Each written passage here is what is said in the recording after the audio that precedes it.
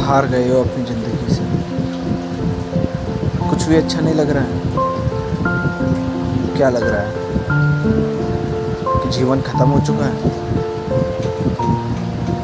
कुछ परेशानियां हैं जिन्होंने तुम्हें घेर रखा है और तुम बस उन्हीं में बीच में फंस के रह गए हो।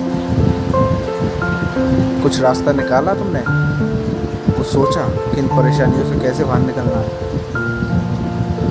तुम्हें क्या लगता है परेशानी सिर्फ तुम्हारे जीवन में ही है?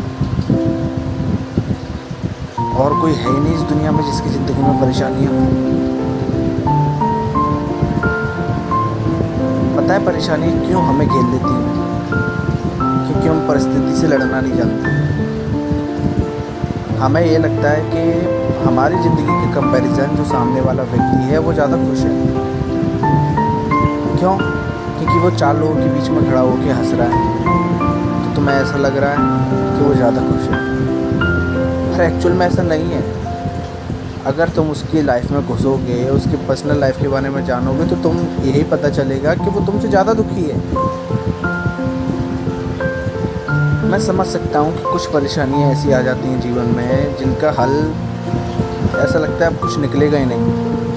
पर मेरा विश्वास करो, जैसे ही धीरे धीरे वक्त गुजरेगा, जैसे धीरे धीरे से समय कटेगा, परिस्थिति अपने आप चेंज होती जाएगी और आप खुद कहोगे कि वो मेरा एक बुरा वक्त था जो निकल गया। कभी आपने कभी किसी के मुँह से सुना है कि कोई व्यक्ति अपनी बात कहीं से शुरू करता है तो वो ये कहता है कि एक टाइम था जब मैं इस परिस्थिति से गुजरा था, जब मैंने ऐसे दिन देखे थे, जब मैं इस घटनाओं से गुजरा था।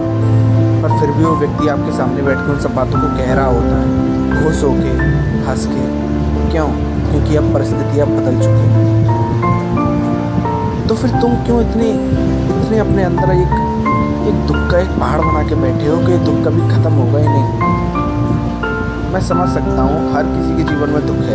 आप में से कई ऐसे होंगे जिनको नौकरी के दुख होगा, किसी को वाइफ का दुख होगा, किसी को अपने पति का दुख होगा, किसी ऐसी बीमारी का दुख होगा, किसी को घर की तो किसी को पैसों की। पर ये सब परिस्थितियाँ चेंज होती हैं। और एक दूसरा प्रमुख कारण ये भी है परिस्थितियाँ ना चेंज होने का कि आप सिर्फ बैठ के परेशानियों के बारे में सोचते हो और उन पर काम नहीं करते।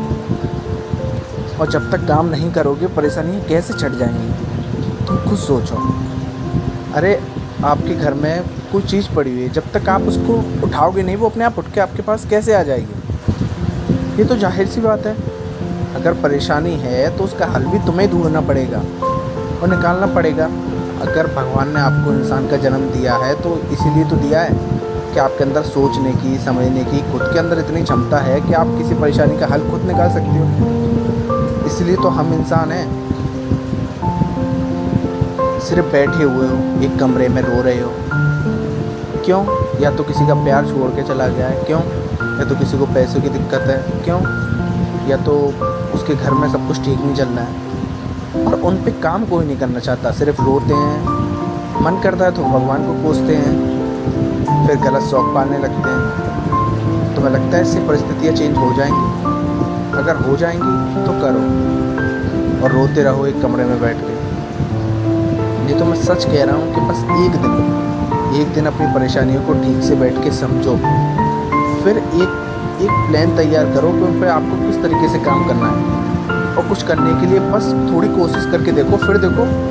अगर तुमको 19-20 फ़र्क ना दिखे तो मुझसे कहना।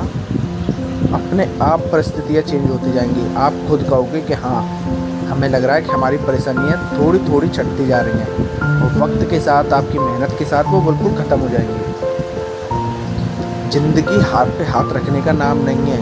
और तुम सोचो कि तुम्हारे पास आके कोई तुम्हें मनाएगा, तुम्हारी परेशानियों को पूछेगा या उसको तुम्हें हल बताएगा, तो भूल जाओ, ऐसा अब कभी नहीं होने वाला।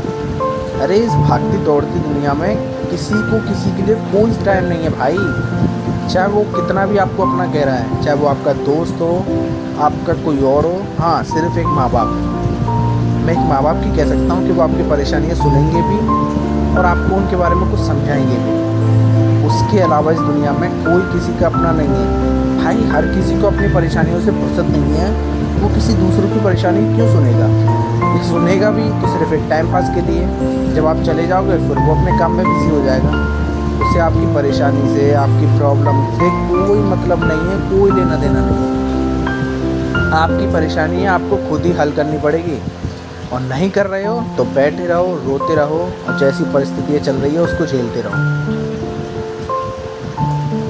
तुम्हें अगर लगता है कि तुम्हारे बैठने से, रोने से या किसी को अपनी परेशानी बताने से सिर्फ मन हल्का हो सकता है, परेशानी ख़त्म नहीं हो सकती।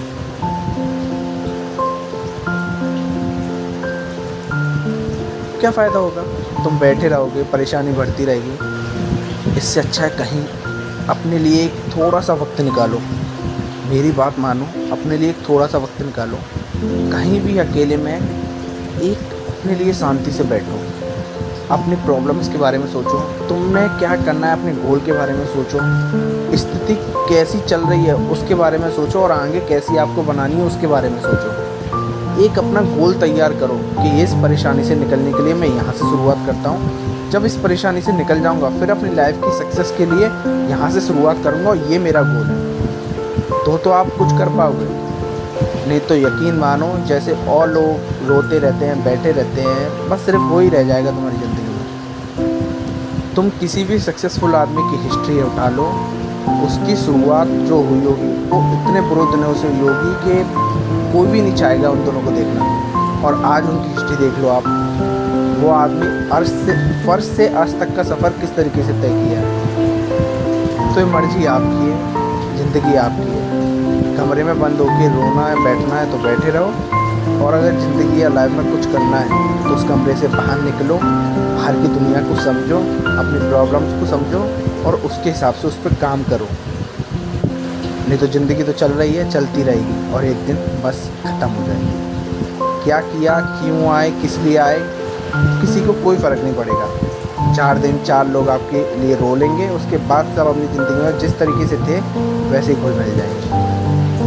तो अब फैसला आपका है, आपको खाली बैठना है या अपनी ज़िंदगी, अपने गोल को सक्सेसफुल तक ले जाना है, ये सिर्फ आपके हाथ में है। अगर मेरी बातें आपको दिल को टच कर गई हो तो प्लीज़ इस चैनल को लाइक एंड प्लीज़ चैनल को सब्सक्राइब कर लीजिएगा। आगे